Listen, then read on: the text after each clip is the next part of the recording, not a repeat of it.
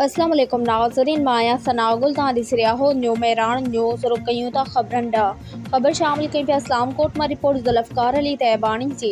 इस्लामकोट ॻोठ मत्तू जो तड़ में महफ़िल मिलाद सल्लल्लाहु अलैहि वसल्लम जो जलसो मुनक़द कयो वियो। प्रोग्राम जो शुरूआत कलाम पाक जी तिलावत ऐं नात मक़बूल सल्लल्लाहु अलैहि वसल्लम सां कयो वियो, जंहिं बाद मौलवी हाजी ख़ान रामू ऐं ॿियनि शिरकत सां गॾु ख़ूबसूरत ख़िताब पिणु कया। जंहिं बाद ख़ुसूसी ख़िताब बुलबुल मदीना मुफ्ती अब्दुल्ला ॾायरी तमामु लाजवाब अंदाज़ में नूरानी व जदानी ख़िताब करण सां गॾोगॾु महफ़िल में मौजूद आशिक़ाने रसूल खे झुमाए छॾियो। प्रोग्राम जा ख़ासि महिमान सैयद साईं शाह बुखारी ॿिया पिणु मौजूद हुआ। ऐदल महराण पोटो, फज़ल महराण पोटो, बिलावल महराण पोटो ऐं ॿियनि प्रोग्राम जो मुकमल इंतज़ाम संभालियो। महफ़िल जे इख़्तिताम ते पूरे आलम इस्लाम लाइ दुआ ख़ैर घुरी वई, जंहिं बाद जमायत में लंगर तक़सीम कयो वियो। वधीक ख़बरूं ॾिसण लाइ ॾिसंदा रहो न्यू मेरान न्यूज़।